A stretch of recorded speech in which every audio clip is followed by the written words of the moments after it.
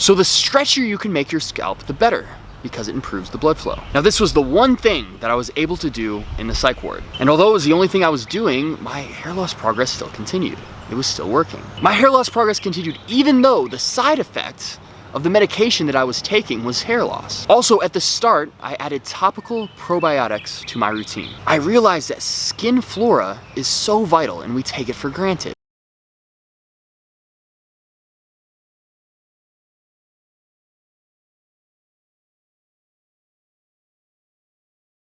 What's up guys, Derek, moreplatesmoredays.com. Today we're going to be reacting to Connor Murphy's video he posted claiming that he quit the world's best hair loss treatment and regrew his hair naturally. So I'm sure you can already predict how this is going to go, unfortunately, but I'm willing to listen to it objectively. I'm not going to just shit on it off the bat without listening to it. I can imagine how this is going to go though. So anyway, start to finish, let's do this. All right guys, so this is a really exciting video for me.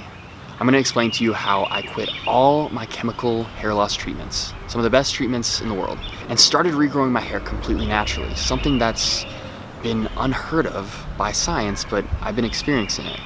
And it's an incredible feeling. So for those of you who don't know, I've been struggling with hair loss since I was 20 years old. I've tried everything out there that there is when it comes to hair loss solutions. And ironically, that was part of the problem. So I've actually had a hair transplant in the front of my scalp, but it's super important that I try to maintain the rest of my hair, and if possible, increase the thickness by regrowing some of it as well, so I don't need another hair transplant. So a couple months ago, I was on what I thought was one of the best hair loss protocols in the world. Okay, so I'm about to evaluate his hair loss protocol and establish if I do indeed think it is the best one in the world. So let's see what he says here. I was using this solution twice a day that was comprised of minoxidil, topical finasteride, retinic acid, hydrocortisone, aloe vera, and I think a couple other things as well. It was designed by some of the best hair loss doctors in the world. I'm not really sure how he came to the conclusion that this is designed by the top hair loss doctors in the world, because as far as I know, there is no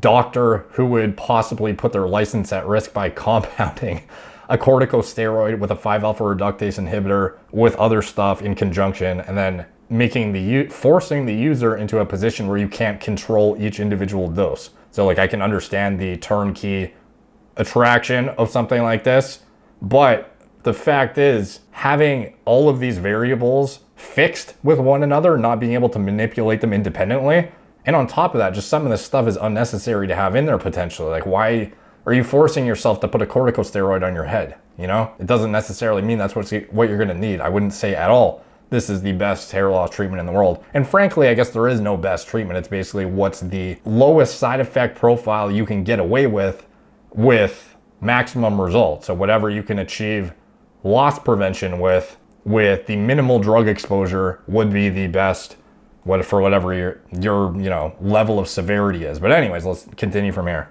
And I was also doing a lot of other things along with that, like hair loss shampoo. But somehow my hair loss continued. A couple months ago, I was shedding literally hundreds of hairs every single day. So I decided I had to change something. And I came up with a plan to try completely natural means to regrow my hair.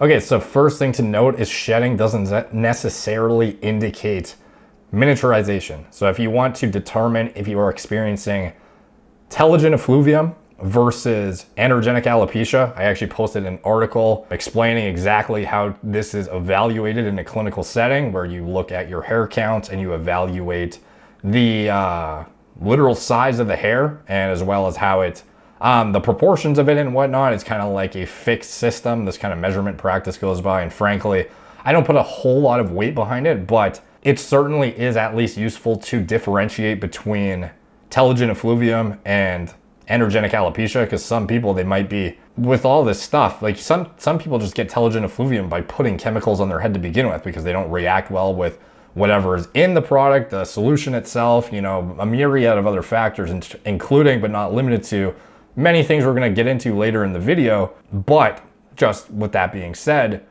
shedding hundreds of hairs doesn't necessarily mean bad. Like, you'll often see when treatments are started that you get a shedding phase, and does that mean that you're making negative progress? No, not necessarily. So keep that in mind.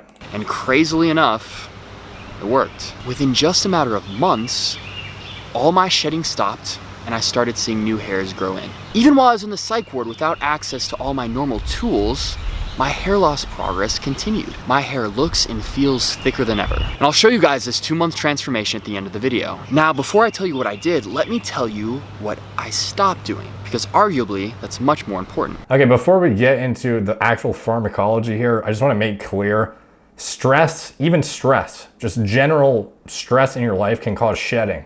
And it's pretty clear based on what has happened to Connor in the recent events that he's been extremely stressed. Is this the cause of his shedding? Maybe, I don't know. Can also be dietary deficiencies, underlying autoimmune issues caused by the stress to begin with, caused by a myriad of other factors. Like, we don't know, maybe he has Hashimoto's thyroiditis and it was triggered by just absurd amounts of stress he put on himself by his, recent enlightenments and stuff where he, totally changed his mindset and stressed him out a lot. So this can cause a shed. This can cause a brutal shed for a long time. Like, if you're under a state of chronic stress, this is like, even guys who don't know how hair loss works know that hair falling out is associated with stress. So like some of the most intense jobs in the world, they talk about, losing my hair overnight. And it's like, yeah, dude, like, stressful jobs will cause you to not prematurely, just shed hair. And that's not necessarily permanent. That is a triggered event that has nothing to do with androgen receptors and miniaturization, essentially. So that is something to note here. In addition, the solutions he's using, is there propylene glycol on them? Is your scalp like completely irritated by them? I don't know. It could be the cause of that too. There's a lot of factors here at play. I stopped doing anything that had to do with unnatural chemicals. I realized that in the long term, they just stopped working. They were drying out my scalp and they were making things even worse. Okay, drying out a scalp, making things worse. Maybe reduce the propylene glycol. I don't know. Some people, they can't even use this stuff because it makes their scalp just destroyed and it reacts very poorly. If it's not absorbing and or you are literally damaging the tissue with something that is irritating you to the point of like more hindering than helping, it's not, you need to find a new vehicle. Like, I don't know, maybe that's all it is here. Like, it's hard to say, man. So I quit the minoxidil, the topical finasteride, and I quit my hair loss shampoo. I also stopped washing my hair with normal shower water. I researched and found that hair loss is actually a lot more complicated than I originally thought. There was much more to it than simply the hormone DHT. I read this literature where calcification of the scalp was a possible factor. So I made sure to wash my hair with only distilled water, because distilled water doesn't contain any calcium or other particles that might harm the scalp or your hair.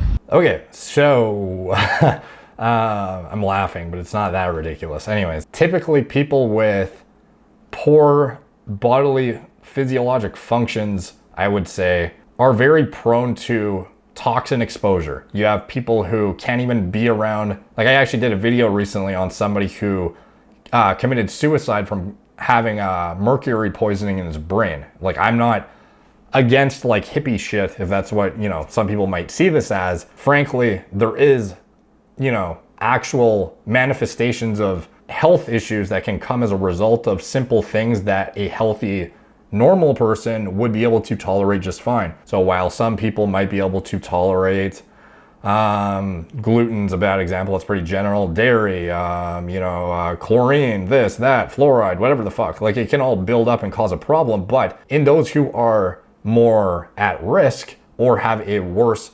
detoxification system in their body, or have impaired methylation, or have, suboptimal glutathione production, or a myriad of other things, most people that are functioning properly, okay, I shouldn't say properly, but they have high level of health and good, they're young men. This guy's like, Connor's like mid-20s. They're going to be fine. It's very, very, very rare that somebody is, expose themselves to the water in their shower where they're going to have like actual recession. It's different because you can't attribute actual recession in a male pattern baldness fashion to chlorine or something, or calcium or something in your water. Like, distilled water versus shower water, that's not going to account for actual recession. If you had a reaction, it would be diffuse thinning. through chronic telogen effluvium by constantly exposing yourself to this toxin, rather than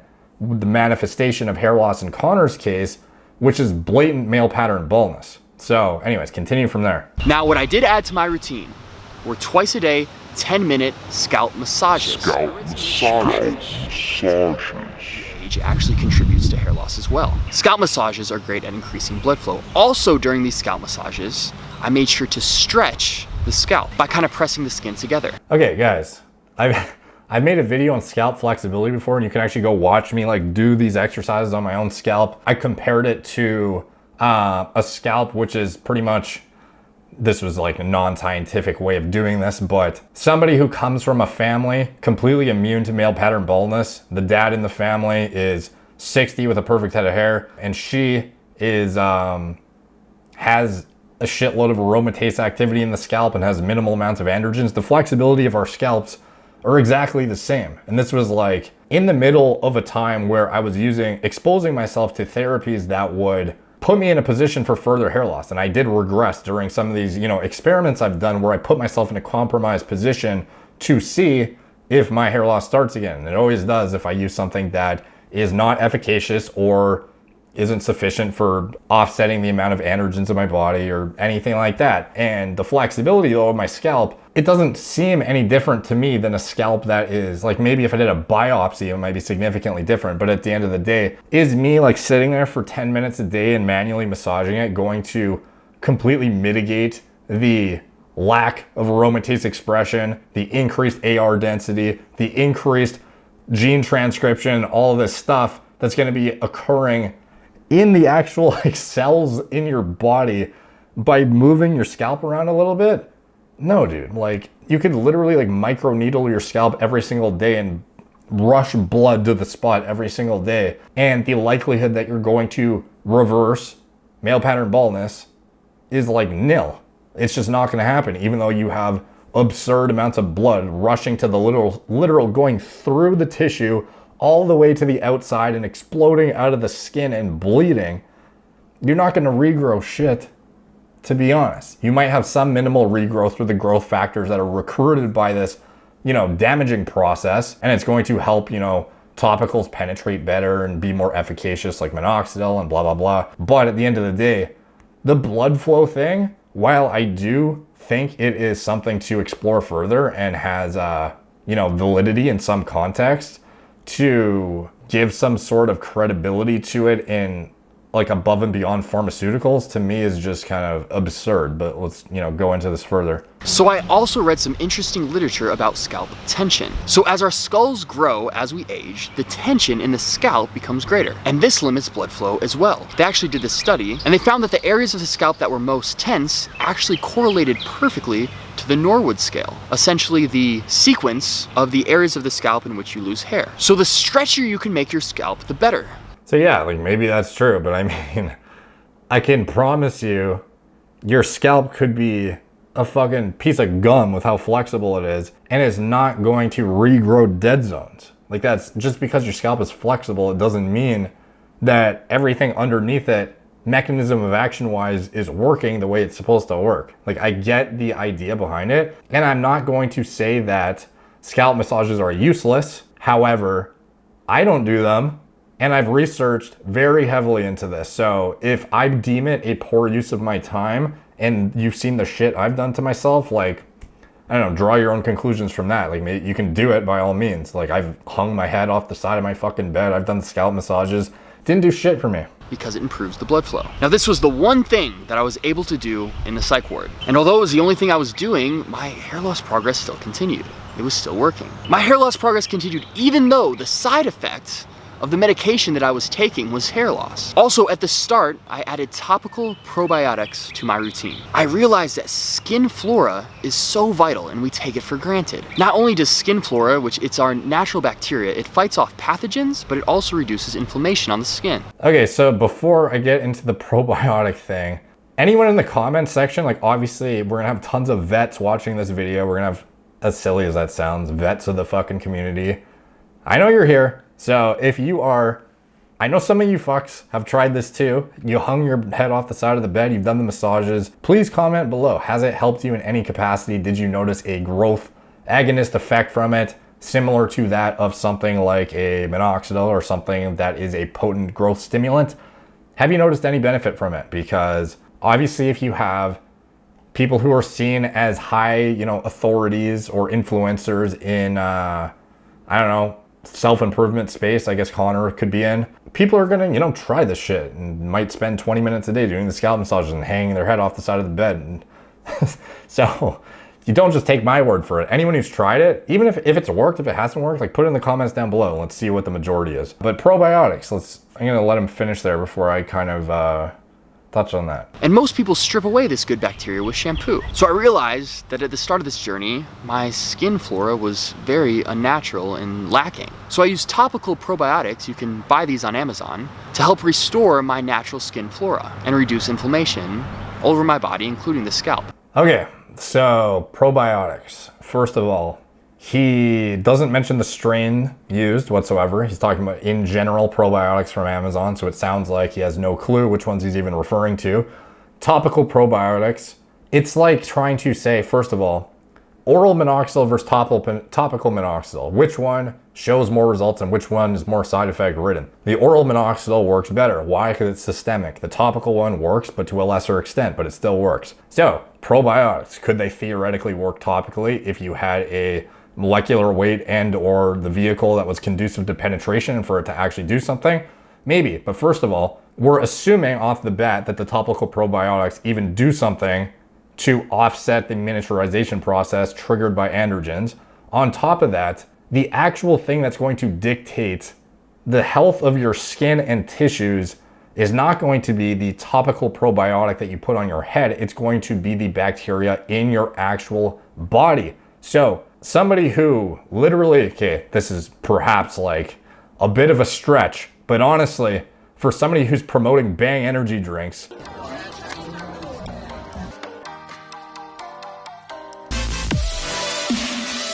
which will crush your gut bacteria and then act like the topical probiotics, some general random ones you found on Amazon, are going to do something significant when the actual systemic gut health is subpar, is like way the fuck out of the realm of possibility, in my opinion. And I'm all for using artificial sweeteners for, like energy drinks, like pre-workouts and stuff like that. Like every pre-workout in the industry that tastes good has, and actually has a potent formula. Like it's impossible to make a stevia flavored or a monk fruit flavored pre-workout that's actually potent and doesn't taste like ass. So, sucralose and things like that are going to be used. And that's just, like industry standard. And that's, Bang Energy is going to be using stuff like that too. But there's data that definitely does suggest that it's going to have a negative effect on your microbiome and your actual bacteria in the gut. So I don't really see how he's trying to preach, probiotic bacterial cultures and whatnot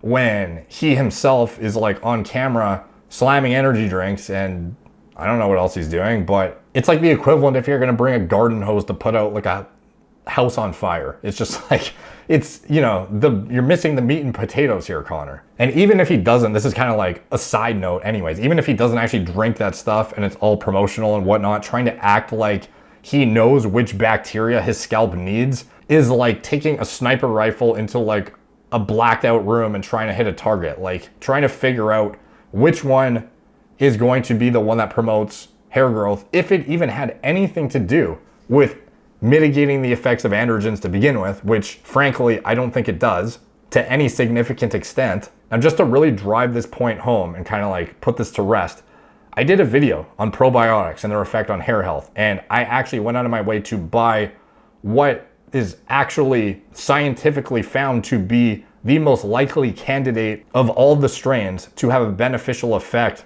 on hair growth and skin quality. And I bought it. And first of all, I did an experiment where I used the tablets themselves and ingested them. So this was the Lactobacillus reuteri ATCC PTA 6475 and DCM 17938 strains. Now these, namely the PTA 6475, is supposed to be the pinnacle of probiotics for hair growth. And this was found in clinical studies that actually evaluated the effect on rodents, on scalp, on hair growth, relative to rats that had no probiotics and had less, optimal bacterial cultures and whatnot. So anyways, I'm not trying to shit on gut health. First of all, it's super important, I think. And like for somebody who's trying to optimize all aspects, by all means, but is it going to make a difference on androgenic alopecia? That's what we actually want to know. So I use this strain in particular is the one that is supposed to be the holy grail for hair loss. Connor blindly chose one from Amazon. I chose a very specific one in a controlled experiment. Now, first of all, the amount of CFUs you actually get in a probiotic that you take orally is going to be negligible at the end of the day. So this is what I actually found. I did the experiment. I went through like a couple packs of this stuff. I actually probably went through like 4 packs of this stuff and it didn't even make a difference for me. And then I came across something that I've never actually made a video on yet, which I might one day. But basically what I did was I found that you could actually use the strain and make your own yogurt with it and ferment it to significantly multiply so like think about when you leave something out and bacteria grows, blah, blah, blah. Same thing can apply if you put the actual probiotic into yogurt and you put it at a certain temperature and you let it, chill at that temperature in a, what are they called? Instant Pot, whatever it is, sweet something, I don't remember. Anyways, I use that thing and I've tried several batches of this now, and basically what I did, there's only 100 million CFUs, which is live organisms of each strain per tablet. So most people haven't observed any significant health benefits by ingesting the tablet straight. So what I did is I tried amplifying the bacterial cultures by making yogurt, like I mentioned. The counts are just further increased by performing fermentation in the presence of prebiotic fibers. So what I did was I added inulin to it and I actually fermented it, like I mentioned. So just as ingesting prebiotic fibers increases bacterial counts in your intestines, it does the exact same thing in yogurt if you put it at the right temperature. So it yields a thicker, richer end product, which contains, and frankly, I don't know why more like yogurt companies aren't adopting this practice to, like really crank out higher quality, like healthy versions of their yogurt, but the end result likely has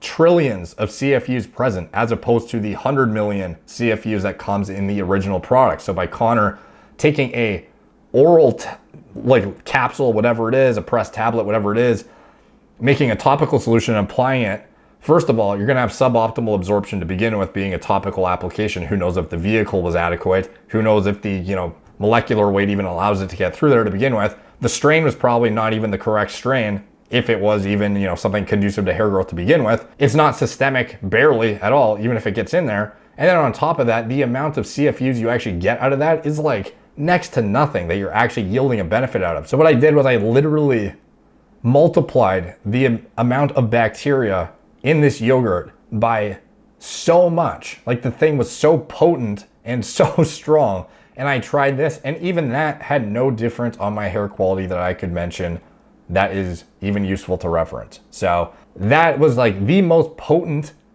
gut health optimizing #1 thing you could do. And I know how to optimize my diet. I use a chronometer account. I literally know about my autoimmune issues. I've sequenced my genome. I've cross-referenced my polymorphisms. I know exactly what I'm talking about. And my gut health has been on point. And adding this on top of it did absolutely nothing to my hair. And I've tried it literally to the maximum that you could try the subpar of like fucking injecting yogurt into my veins. This is the closest you're gonna get to finding out if the actual probiotic strains that are conducive to hair health in the clinical studies completely multiplied to the max to achieve trillions of CFUs, and then ingesting it to get a systemic effect literally in the place that literally dictates your gut health.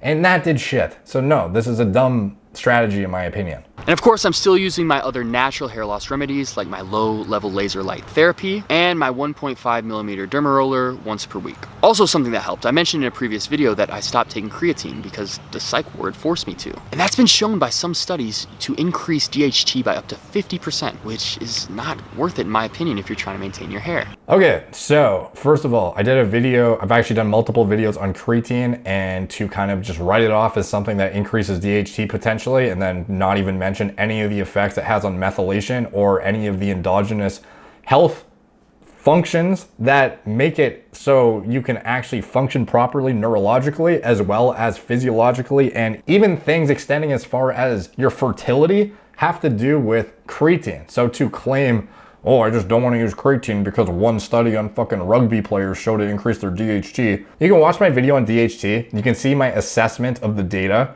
and my assessment of the overwhelming lack of available data and kind of get my conclusion out of that. And from there, I'm not going to say it's completely, ridiculous to not take creatine based on that, but to be on a naturopathic kick like he is and to claim that creatine is like bad, like, bro, you have no idea what creatine does. Like, go watch any of my videos on my pre-workout breakdowns and you'll see exactly why I take creatine to support methylation, because I am homozygous C67T MTHFR. 1 gram of creatine is endogenously produced in the body naturally in young, healthy adults. Most of the human body's creatine and phosphocreatine stores are found in skeletal muscle, while the remainder is distributed in the blood, brain, and other tissues. While there are a host of processes in the body that rely on creatine to be carried out optimally and are often completely neglected, one of the most notable functions of creatine is neurological support. And in addition, the endogenous synthesis of creatine relies on a process called methylation, and arginine and glycine are combined by an enzyme to form guanidino acetate, which is then methylated into creatine.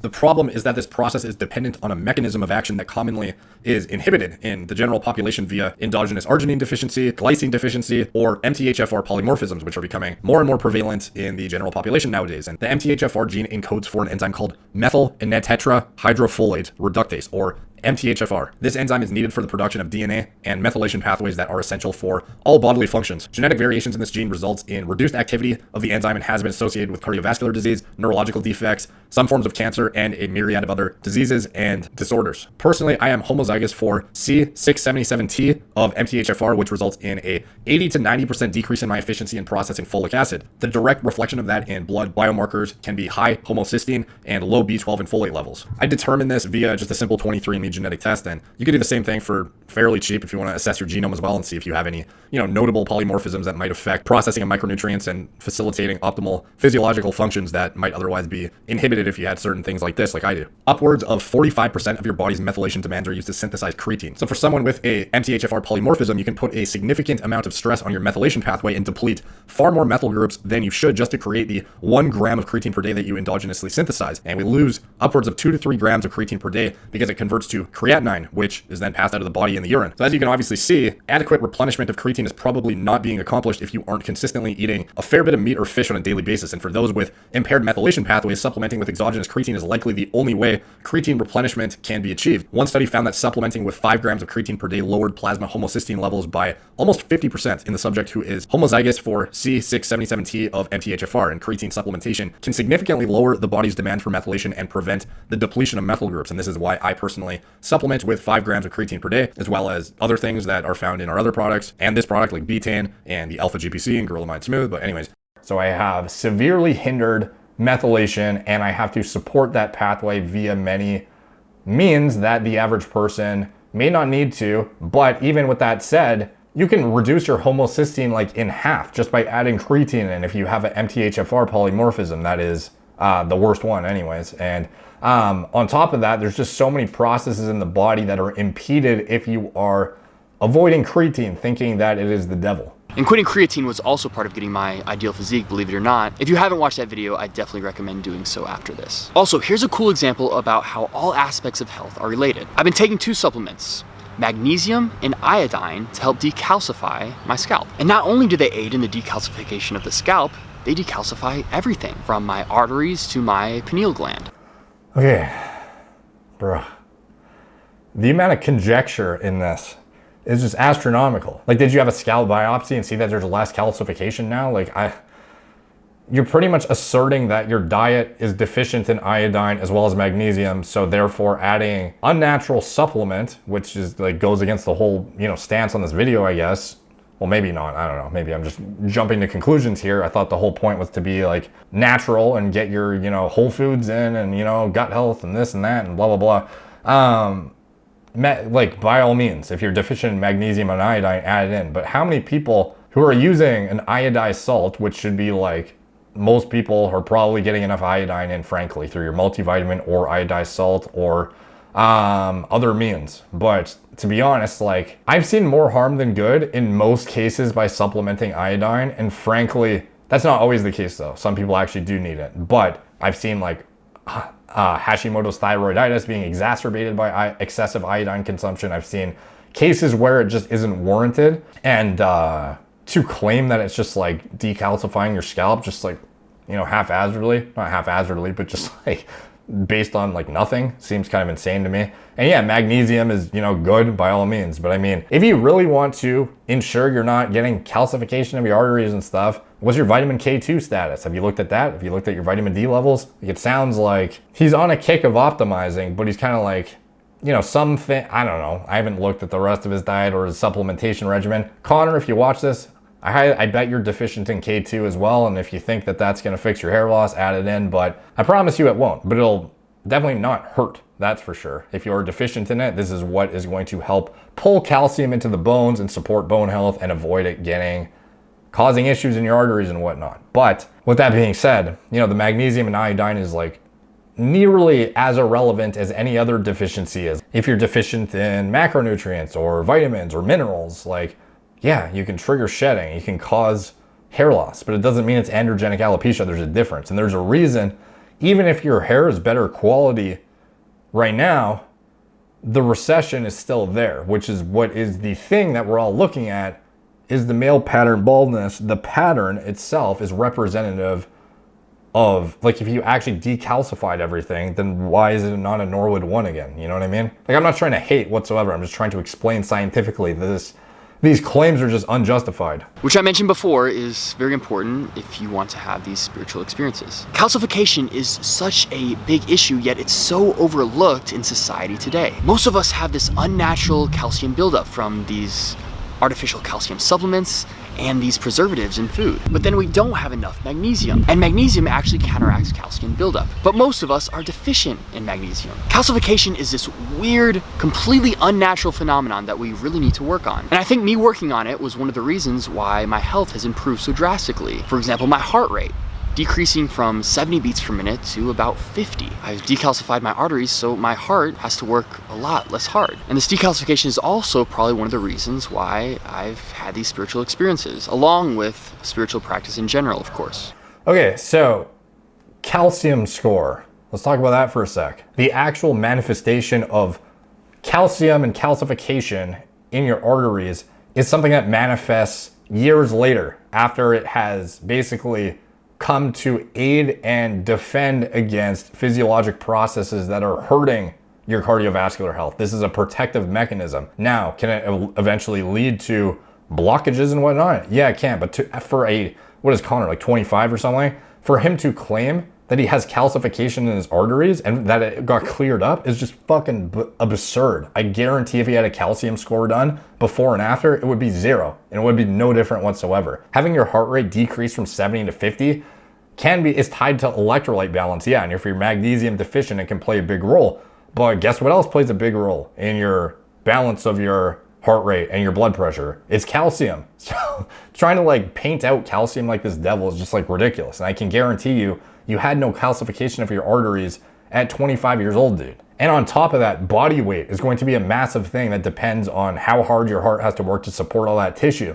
So the fact that you've been fasting and doing all these things and you've been not eating your diet and you've been, doing this and that, you dropped creatine, you've dropped all this, this weight and whatnot or whatever, that is going to play a role on your resting heart rate significantly. So it's not a coincidence that when you do a dirty bulk, your heart rate goes up and your blood pressure goes up and things go up. It's not like, to me, this isn't rocket science. Like, I don't know, man. Like, to make these bold claims, it seems kind of insane to me. Like, the difference between me when I used to bulk when I was younger, I used to walk around like almost tachycardia. I used to walk around with almost like 90 to 100 beats per minute resting heart rate just because my body weight was so absurdly above what it was meant to be at.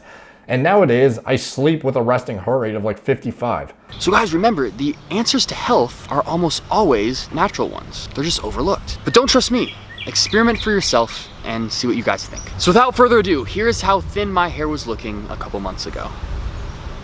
And here's how it's looking now. As you guys can see, not only has the density increased, but the follicles themselves are just feeling so much thicker and healthier. In fact, I'm feeling so good about my hair, I actually might grow it out a little bit.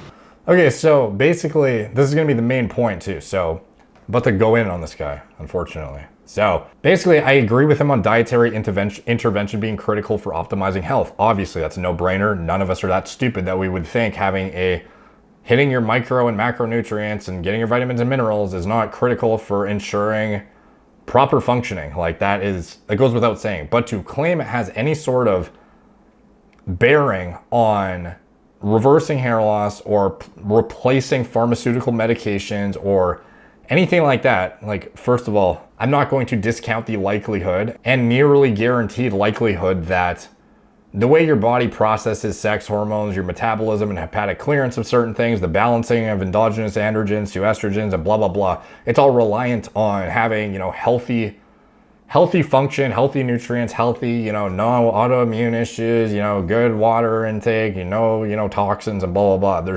There's interplay between those things. However, this is what he needs to take into account here. I guarantee there's hundreds of guys who are watching this video right now who hit their macros every single day. They hit their vitamin mineral needs. They exercise, they eat organic. They get their nutrition from whole foods. They use Chronometer and plug everything in and plug up any micronutrient deficiencies that they have. They meticulously hit these things every single day. They're lean, they're not insulin resistant. They track sleep metrics with an Oura ring or whatever. They optimize for that. They block out blue light at night. They do all these things. They track heart rate variability. They track resting heart rate and blood pressure. They do all these things. They manage blood glucose control. I guarantee there's tons of guys watching this video right now who have tried and optimized the majority of that shit, which Connor is just learning about for the first time, it seems like, and have done everything to a T, but still haven't regrown hair in dead zones. Like, that's, at the end of the day, you can optimize as much as you want, dude. Like, it's not going to bear a lot of weight on the actual manifestation of androgenic alopecia, unfortunately, which is like, if it did, that'd be fucking great, because I do that every single day, but it doesn't make a difference for me. Anyways, and I'm not gonna say it makes no difference. Of course, there is. I'm not trying to say shitty lifestyle, good lifestyle makes no difference. That's definitely not the case at all. But at the end of the day, you have to consider this. Okay, there's all these guys, including me, that optimize the shit out of our lifestyles. We literally research this stuff daily and are complete fucking nerds about it. And then there's a chick next door who literally goes and gets shit-faced on weekends, eats Ben & Jerry's like every single day, goes to McDonald's after she gets shit-faced on the weekends. She doesn't even exercise. She uses fucking liver toxic drugs. She uses this, and that. And she's on birth control. She does whatever the fuck. And guess what? She has immaculate hair. Is she healthy? Fuck no. She's probably gonna have the manifestation of calcification of her arteries down the line. But guess what? She's gonna have fucking hair on her head, and none of us will if we don't intervene, unfortunately. And that's just the reality. Like, she's going to get leveled by health complications, and maybe we won't if we optimize. But at the end of the day, her hairline is going to be a good hairline, and ours is probably gonna suck balls if we don't do something about it. Like, in old age, women have their hair. And that's even if they go into menopause and crush their hormone production, they still have better hair than guys who are on TRT and are optimizing. And then you have a girl who actually, going into menopause, she gets on proper HRT and everything. Their hair, like, look around, dude.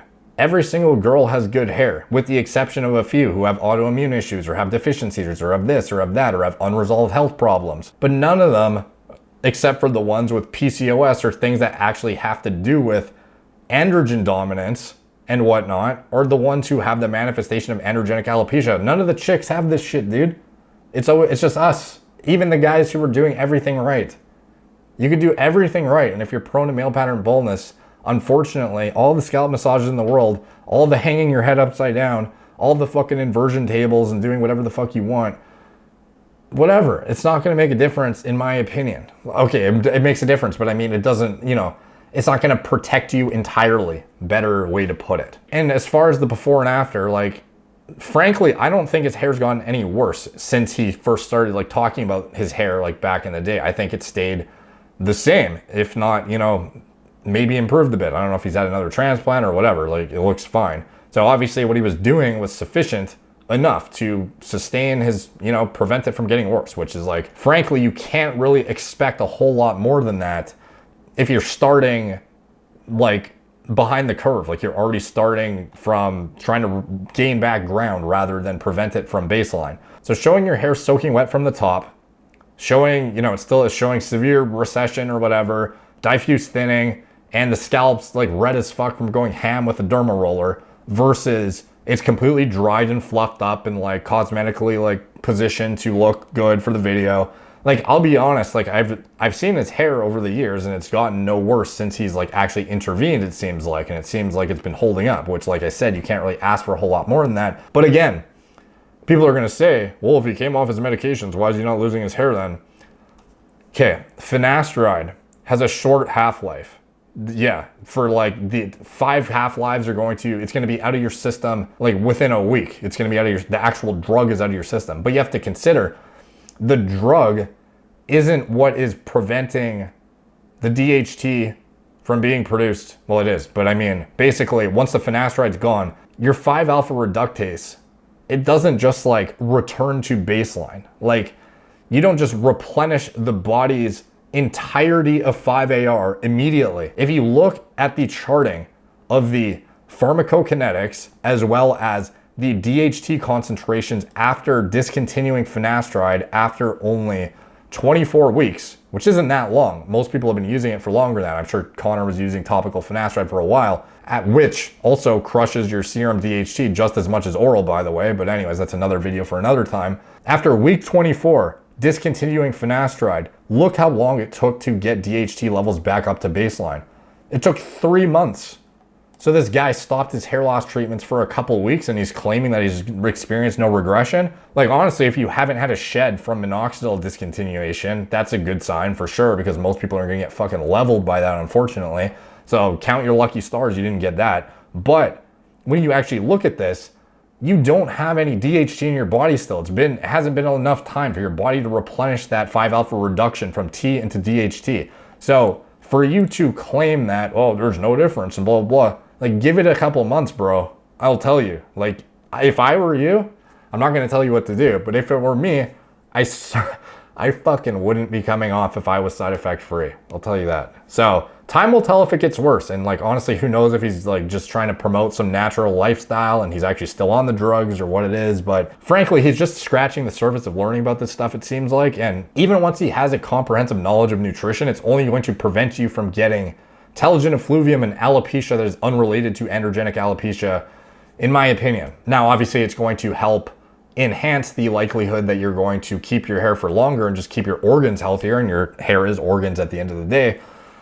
But the DHT in your body, bro, it's recovering. Slowly but surely, it's getting back up there. So to assume that, oh, I came off finasteride a couple weeks ago and I've had no regression, and the half-life of finasteride is so short, it's out of your system already, it's already out of my system and I'm not losing hair, bro, it's gonna catch up. It's gonna go to baseline within the next few months. And at that point, then we'll see if it progresses or not. And then you can make a new video and explain if finasteride did absolutely nothing for you. But I can almost assure you, it's still, your systemic DHT is still in the toilet, dude. Like, it's not fixed. So just be aware of that at least before you go on, tangents about how this natural treatment like cured me. Like, bro, you still have like a significant amount of your DHT is in the toilet still. Like, you have not replenished it. You're not natural right now. You're unnatural as fuck. Your DHT is that of like a girl right now. So anyways, that is my stance on it. Even Connor, if you manage to reverse hair loss naturally and get back to a Norwood zero, like with just lifestyle, and that's great for you. Like, honestly, I'm not trying to dissuade you from it. Keep us posted. Like, to be honest, any updates from any kind of experiments, topical probiotics is interesting. I think I've thoroughly disproved it, at least, or at least in my experience. I don't think it's worth pursuing based on what I did with a far more potent version of that same experiment. But for the rest of us, we're going to stick with what works. At least I am. And you guys, everyone can do whatever they want. But trust me, I wish all I could lean on was diet and lifestyle. If that was the case, would I be inhibiting 5-alpha reductase? Would I be using topical anti-androgens? Would I be injecting fucking selective androgen receptor modulators? Would I be doing this? Would I be doing that? Would I be inhibiting PGD2 and inflammation processes that might be needed for preventing fucking cancer or some shit? Like, I don't know, dude. It's all sketchy shit. But at the end of the day, if I truly thought that diet and lifestyle could prevent it, trust me, I wouldn't be making videos about it, nor would I be doing any of this shit myself. So, and I think I have, maybe I'm gonna be proved wrong one day, but to me, I don't see the efficacy in the scalp massages or the get your lifestyle and diet on point. This isn't an excuse to not do that. Everyone should be doing that. Exercise, become insulin sensitive, get your fucking macros and micros in. But just be realistic, guys. So anyways, the truth is where science is at right now, pharmacology is pretty necessary in my opinion. So take from that what you will. Let me know what you guys think in the comments down below. This was a pretty long video, but frankly, I think it is justified. And I think anyone who wants to learn about this stuff will appreciate the in-depth explanation and debunking of each specific point for point. So thank you guys for watching. Please like, subscribe, check out my blog, moreplacemordays.com. If you want to follow me on Instagram, that'd be cool. I post some stuff there sometimes. It's different than here. So follow me there. Follow me on Facebook, Twitter, TikTok, BitChute, Apple Podcasts. I might be missing something. But if you watch the podcast, or you listen to it, please drop a 5-star rating. It really helps the algorithm there, I think. So obviously it's much appreciated when you guys do that, as well as liking and commenting here. Helps push the algorithm, push us to a new audience that might not otherwise see it. Love seeing all the algorithm comments. We have a really strong algorithm section. They're really unique, some of the comments, and funny to go through. What else? The mailing list. It's the first link in the description if you want to click that. Those are where I publish my deep dives into pharmacology. Like this was literally scratching the surface, and this is a long video. So if you want to get sent any publications I make with elaborate deep dives into hair loss pharmacology, bodybuilding, lifestyle, health, anything, a lot of stuff related to what Connor talks about too with lifestyle and longevity and, optimization of health and whatnot. Sign up for that because you're not going to get sent those articles if you don't sign up for that. And they have concise subsections with table of contents to jump through, as well as hyperlinks to all the clinical studies I reference in case you want to delve into it further for your own personal research. So as well, if you want to support the channel, check out anything I'm associated with, my TRT clinic in the description below. If you want to see if you qualify for TRT or you think you might benefit from hormone optimization in some context, it's worth reaching out. The free, they're going to talk to you for free and evaluate your situation, decide if it's worth pursuing or not. And then if you end up proceeding, there's a coupon code to save $50 off your first treatment. And what else? Gorilla Mind, my nootropics and pre-workout formulas that I formulate on a Word document from scratch. I highly recommend you check those out if you are into enhancing your creativity and focus, I guess, especially if you are somebody who works on a computer most of the day like I do, or somebody who just, needs to get in the zone for the gym or whatever, or you're an entrepreneur, or you are somebody who studies for university or whatever. Like a lot of this stuff is very conducive to that kind of overall focus, mindset, attention to detail, clarity, mainly focus on productivity, to be honest. Check out my nootropic and pre-workout formulas. Anything else too I'm associated with, links are in the description below. Thank you guys for watching. Talk to you soon.